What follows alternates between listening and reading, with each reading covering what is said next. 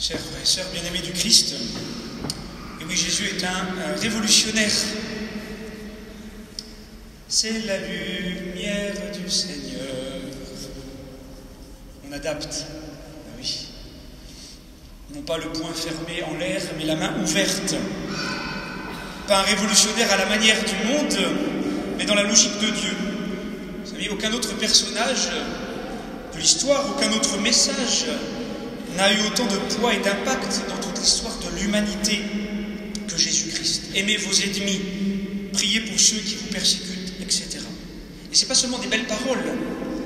Jésus l'a vécu lui-même, jusqu'au bout, concrètement, réellement. Et ça, c'est la marque fondamentale du christianisme. Le pardon, la non-violence, l'amour. Même si c'est vrai, cela n'a pas toujours été vécu et respecté, et déjà dans nos propres vies.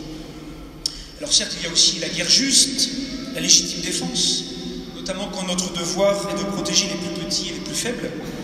Mais je ne veux pas développer ça avec vous ce matin, ce sera pour une autre fois. J'aimerais plutôt ce matin, à la lumière de la parole de Dieu, vous parler d'un, de détachement, deux, de sainteté, et trois, d'incarnation. Tout d'abord, de détachement. Nous savons tous que le message et la vie tout entière du Christ sont radicaux et nous invitent à cette radicalité de l'amour. Mais alors comment choisir, me direz-vous?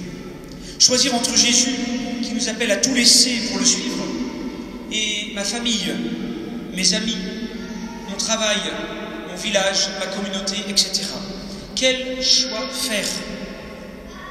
Alors certes, nous n'avons pas tous la même vocation. Nous ne sommes pas tous appelés à être des moines chartreux et ermites ou des frères franciscains qui abandonnent tout pour suivre Jésus dans la pauvreté. Mais dans le même temps, nous sommes tous appelés à la sainteté, tous appelés à suivre Jésus, à prendre notre croix chaque jour en renonçant à nous-mêmes,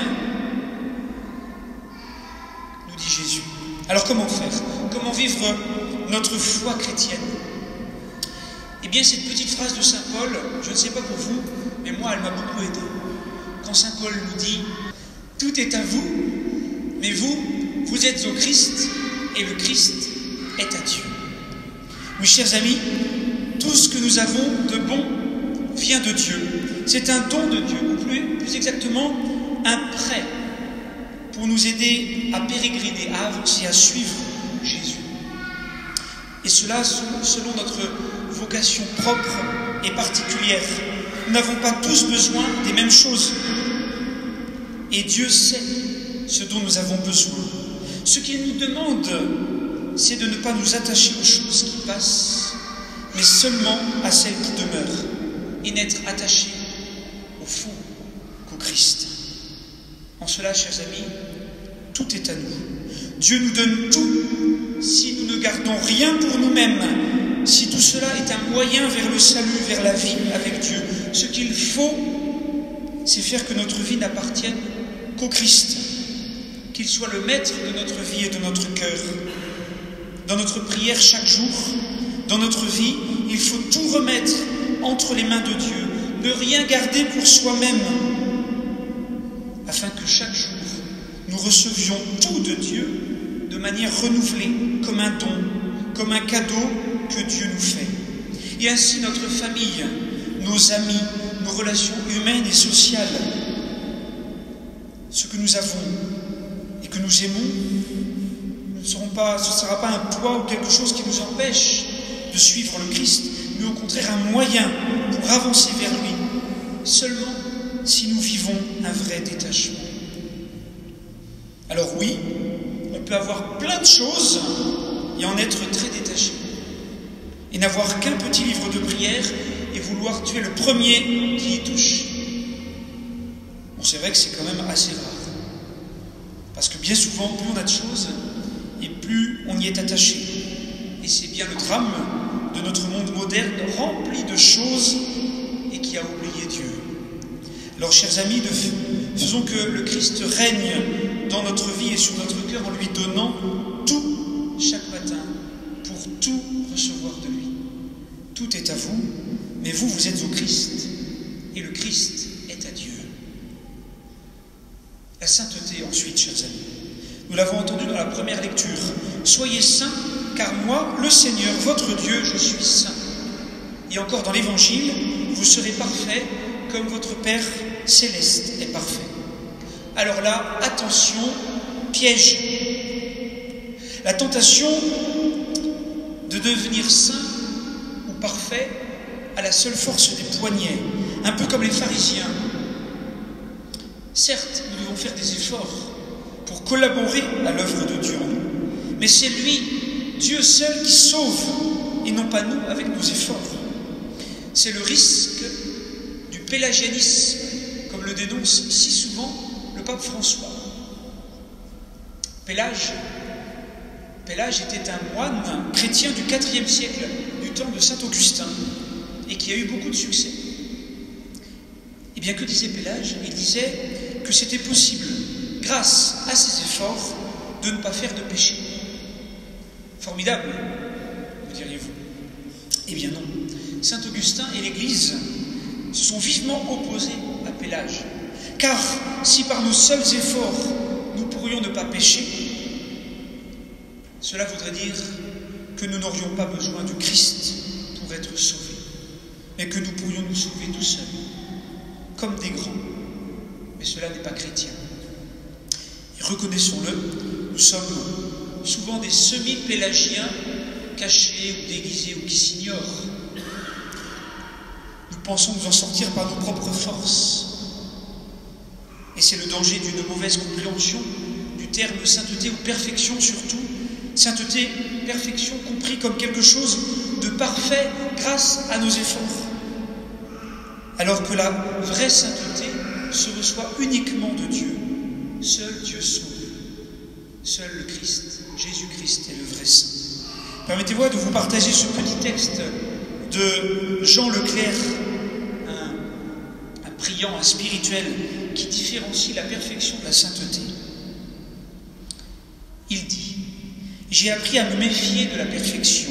Je déteste la perfection. J'ai choisi la sainteté. C'est Dieu qui me la donne. La perfection est au bout du chemin que je me suis tracé moi-même pour moi-même. La sainteté, elle, est donnée pour maintenant, pour tout de suite. La perfection est humiliée par son péché. Elle ne le supporte pas. La sainteté n'est jamais humiliée. Elle est humble. On est humilié quand on se croyait quelqu'un.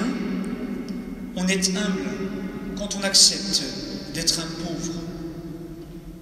On est humble quand on accepte d'être un pauvre. La sainteté.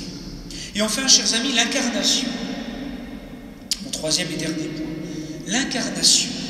De carner le corps, la chair. Nous sommes des êtres incarnés, animés par une âme spirituelle et par l'Esprit Saint.